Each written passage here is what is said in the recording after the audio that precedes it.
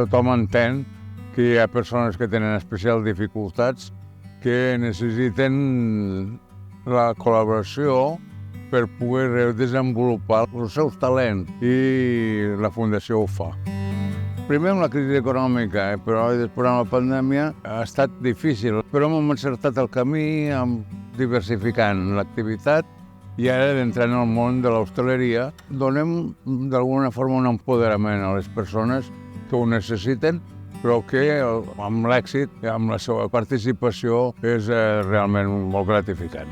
Nosaltres no treballem amb robots, treballem amb persones i aquestes persones necessiten un acompanyament personal i aquest creixement personal els fa realment, és molt satisfactori i els fa molt eficaços. La comprensió per la societat d'aquest tema també és bàsica perquè siguem compresos a la societat.